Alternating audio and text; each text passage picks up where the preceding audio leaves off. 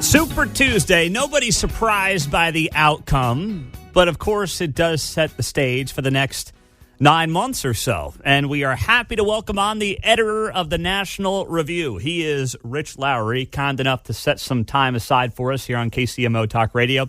That online subscription, by the way, is well worth your time. Rich, yesterday, what, if anything, is your takeaway? Any surprises when you look back on the results from last night?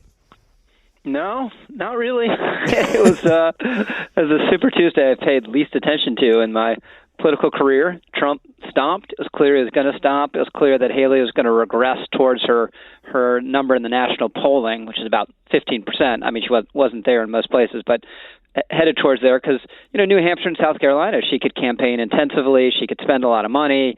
And, she had the advantage of being from South Carolina, and New Hampshire kind of matched up with her ideologically. And that was not true of almost all the states this time around. So historic victory for Donald Trump. A race without an incumbent and a near sweep is totally unprecedented. And, Haley overperformed. I kind of discounted her at the beginning. I didn't have her on my dance card to be the last one standing against Trump. So good for her. I don't think it gets her much at the end of the day, but she ran a better campaign than all the rest of the non-Trump candidates. Well, how about now Donald Trump? When you look ahead to his campaign, he's building this working class coalition. He's doing very well in the polls. Can he keep it up? And if he's able to keep it up, what is the blueprint going to be for Donald Trump to beat Joe Biden this year? Well, it's kind of the same blueprint as 16 and 20. Narrow, but hopefully narrow, tipping his way the way it did in 16, and not narrow the way it was in 2020 and tipping against him. I wrote a column earlier this week on the rise of Trump nostalgia. Another thing I totally didn't expect. But his approval rating in retrospect is higher than when he left office.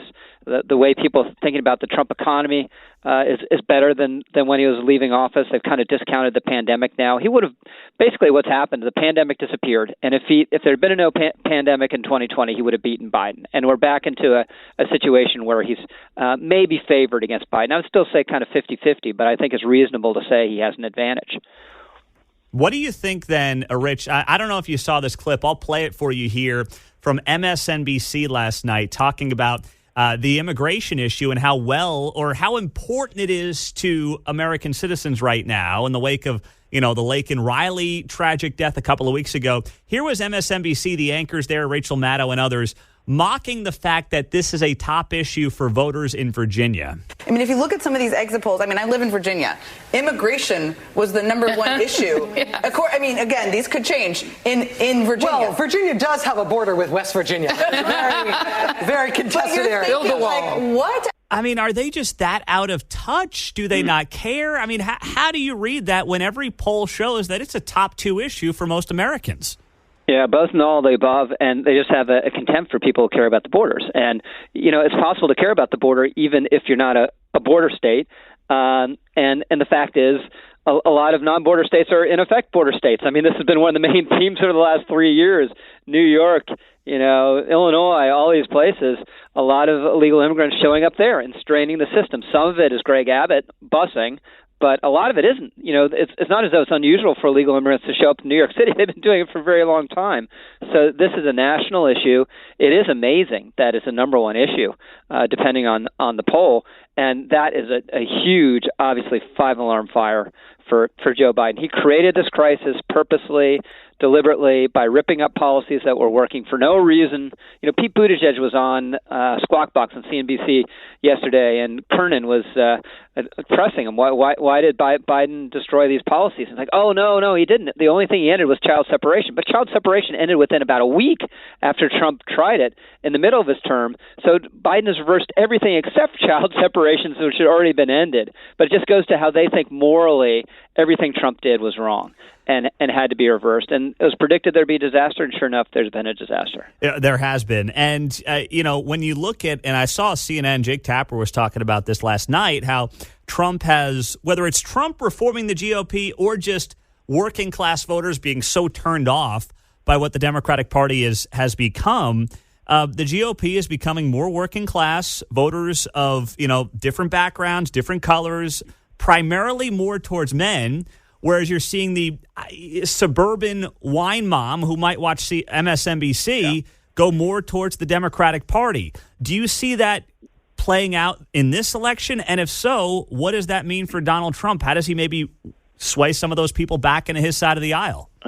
Absolutely. I mean, it's been a dynamic for a long time, but Trump accelerated it. This split really between working class and college educated voters. And the thing is, there are a lot of college-educated voters, they turn out to vote, right? And a lot of these kind of new voters in the Republican Party, they turn out for Trump. And they tend not necessarily to turn out for others unless Trump is on the ballot.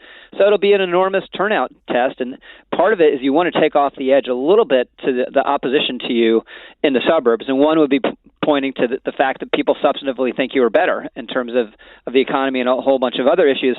But the other, and I just, I don't have any hope on this score, is just conducting yourself in a little bit more of a reasonable manner. And he's kind of been on message, relatively on message the last couple of weeks, at least in his when he's been on camera.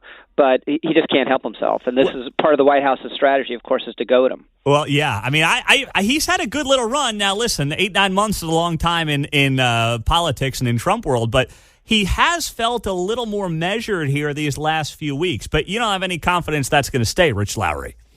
No, I mean, it's not in his nature, it's not his personality, it's not his character, it's not his history. But if all he talked about, and this is really all he has to talk about, is the economy, the border, and how the world is chaotic, and he needs to throw in that these prosecutions are political as well, he'd have a much higher chance of winning than he does now. And he might have an advantage, just as the current version of Donald Trump might even have an advantage. Rich Lowry, editor of the National Review. At this point now, the only thing left is maybe who the VP is going to be for Donald Trump. Is there a direction you think he should consider going, a person in mind? Yeah, I like Sarah Huckabee Sanders. She's young. She's a suburban mom and kind of has that kind of appeal. She's very winsome, a very talented communicator. She's a Trump loyalist. She was there pretty much from the beginning and was in the cauldron with him. And that very tough. Well, it's a very tough 4 years. They're constantly getting hit from all sides by the media. So you never know how someone will really perform when they're on the national stage. And she hasn't, as a principal herself. But I think she'd be a good choice. Has Trump, I know he calls you once in a while and bends your ear. Has he called you at all the last couple of weeks or so?